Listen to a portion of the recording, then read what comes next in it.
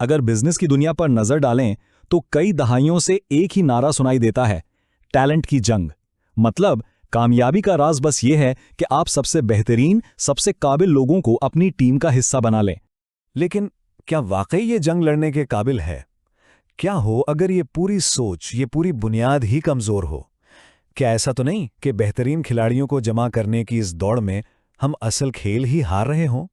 यही सवाल एक बहुत ही दिलचस्प किताब विक्ट्री थ्रू ऑर्गेनाइजेशन के मरकज में है, और इसका सबटाइटल तो आप समझें, सारी कहानी ही बता देता है। टैलेंट की जंग आपकी कंपनी को क्यों नाकाम कर रही है? ये एक बहुत बड़ा दावा है, तो आइए देखते हैं कि इसके पीछे दलील क्या है। तो चलें, सबसे पहले उस मशहूर ख्याल को समझते हैं जैसे ये किताब चैलेंज कर रही है। वो सोच जो कई सालों से बिजनेस की दुनिया पर राज कर रही है।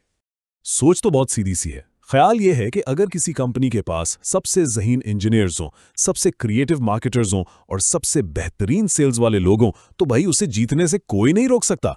मतलब सारा का सारा जोर फर्द की अपनी काबिलियत पर है। लेकिन असल कहानी में ट्विस्ट यहाँ से आता है। ये किताब सिर्फ किसी के ज़ाती ख्याल पर नहीं, बल्कि एक बहुत बड़ी ठोस तहकीक पर मबनी है, जिसका नतीजा सच पूछें तो चौंका देने वाला था। ये कोई छोटी मोटी बात नहीं है। हम बात कर रहे हैं एक ऐसी तहकीक की जो 30 साल तक चली, जिसे ह्यूमन रिसोर्सेज कॉम्पिटेंसी स्टडी कहते हैं। इसके 7वें राउंड में 30,000 से ज़्यादा प्रोफेशनल्स शामिल थे। ये अपने शोबे की सबसे बड़ी तहकीकात में से एक है। तहकीक का मकसद बिल्कुल साफ था। बिजनेस की कामयाबी में किसका हाथ ज़्यादा है? क्या एक मुलाजिम की इनफरादी सलाहियत ज़्यादा अहम है, या फिर वो पूरा निज़ाम, वो पूरी तंजीम जिसमें वो काम करता है, यानी टैलेंट बमुकाबला टीम? और नतीजा हैरान कर देने वाला था। तहकीक से यह साबित हुआ कि किसी भी कंपनी की कामयाबी पर उसके मुलाजिमीन की इनफरादी सलाहियतों से 3 से 4 गुना ज़्यादा असर खुद उसकी तंजीम का होता है, यानी उसके सिस्टम्स, उसका कल्चर, उसके काम करने के तरीके। जी हाँ, 4 गुना ज़्यादा। ये एक ऐसी हकीकत है जो टैलेंट की जंग वाले पूरे नज़रिए की बुनियादें हिला देती है। तो सवाल यह है कि ऐसा क्यों है? इतना बड़ा फर्क आखिर आ कहां से रहा है? मुसन्निफीन के मुताबिक इसकी वजह 4 ऐसी बड़ी तब्दीलियां हैं जिन्होंने आज की बिजनेस की दुनिया को पूरी तरह बदल कर रख दिया है और तंजीम को फर्द से कहीं ज्यादा अहम बना दिया है। तो अगर सुपरस्टार्स की टीम बनाना ही हल नहीं है, तो फिर दुनिया में ऐसी क्या तब्दीली आ गई है कि अब सिर्फ बेहतरीन लोगों को नौकरी देना ही काफी नहीं रहा? आइए इन 4 ताकतों को एक एक करके देखते हैं।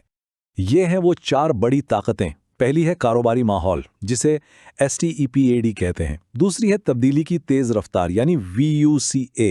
तीसरी है स्टेक होल्डर्स की बदलती हुई उम्मीदें, और चौथी है लोगों के ज़ाती हालात, जिसे 6 आइज़ का नाम दिया गया है।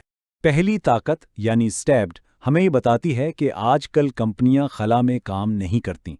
उन पर समाजी, तकनीकी, मुआशी, सियासी, माहौलियाती और आबादियाती गर्ज हर किस्म की तब्दीलियों का असर पड़ता है। इन तमाम चीज़ों को समझना और इनके मुताबिक खुद को ढालना ये किसी एक शख्स का काम नहीं, इसके लिए पूरी तंजीम की मुश्तरका कोशिश चाहिए। इसकी एक ज़बरदस्त मिसाल इस स्लाइड पर नजर आ रही है। यहाँ एक मशरूब बनाने वाली कंपनी हर बैरूनी रुझान का तज्जिया कर रही है, जैसे सेहतमंद जिंदगी का समाजी रुझान या नई मौशियों का उभरना, और ये देख रही है कि इससे उनके बिजनेस के लिए क्या नए मौके या खतरात पैदा हो सकते हैं, और फिर उसके जवाब में HR को क्या करना चाहिए। ये एक मुकम्मल तंजीमी अमल है, इनफरादी नहीं। दूसरी ताकत है वूका। मतलब ये कि आज की दुनिया सिर्फ पेचीदा नहीं बल्कि अनप्रेडिक्टेबल भी हो गई है। हालात तेजी से बदलते हैं, कुछ भी यकीनी नहीं होता। इस माहौल में कामयाब होने के लिए कंपनियों को बहुत ज़्यादा लचकदार और तेज़ होना पड़ता है, और ये सलाहियत तंजीम के ढांचे में पैदा की जाती है, सिर्फ चंद काबिल लोगों को भर्ती करके नहीं। तीसरी ताकत है स्टेक होल्डर्स की बदलती हुई उम्मीदें। देखें, पहले क्या होता था? कामयाबी का मतलब था सिर्फ अपने सरमायाकारों यानी इन्वेस्टर्स को खुश रखना। लेकिन अब जैसा कि ये तस्वीर दिखा रही है, कंपनियों को सार्फिन, कम्युनिटीज़, पार्टनर्स और अपने मुलाजमीन सबको अहमियत देनी पड़ती है। इन सब की उम्मीदों पर पूरा उतरने के लिए एक मजबूत तंजीमी सोच की ज़रूरत है। और आखिर में आती है चौथी ताकत, जिसे 6 आइज़ कहा गया है। ये वो समाजी तब्दीलियां हैं जैसे काम का दबाव, इनफरादियत पसंदी और तन्हाई का एहसास, जो मुलाजमीन पर बराह रास्त असर डालती हैं। इन गहरी समाजी तब्दीलियों से निपटने के लिए एक ऐसा मजबूत और सपोर्टिव तंजीमी कल्चर चाहिए जो लोगों को जोड़ कर रखे। तो ठीक है, अगर पुराना तरीका काम नहीं कर रहा तो फिर नया रास्ता क्या है? नया रास्ता ये है कि हम अपनी तवज्जो अफराद से हटाकर पूरी तंजीम पर मरकूज करें। ये स्लाइड इस पूरी तब्दीली का खुलासा है। जरा देखें, पहले फोकस किस पर था? इनफरादी टैलेंट पर। अब फोकस किस पर होना चाहिए? पूरी तंजीम की सलाहियत पर। पहले हम सिर्फ वर्कफोर्स यानी लोगों की बात करते थे, अब हमें वर्कप्लेस यानी काम के माहौल की बात करनी है। पहले काबिलियतें जमा करते थे, अब एक जीतने वाला कल्चर बनाना है। तो ये तंजीमी सलाहियत आखिर है क्या चीज़? आप इसे एक तरह का जादुई फॉर्मूला समझ लें। ये वो निज़ाम, वो अमल और वो कल्चर है जो एक कंपनी के तमाम इनफरादी हिस्सों को जोड़कर एक ऐसी ताकत बनाता है जो उसके पुर्जों के मजमूए से कहीं ज़्यादा बड़ी हो। बात सिर्फ स्टार खिलाड़ी इकट्ठे करने की नहीं, बल्कि एक जीतने वाली टीम बनाने की है।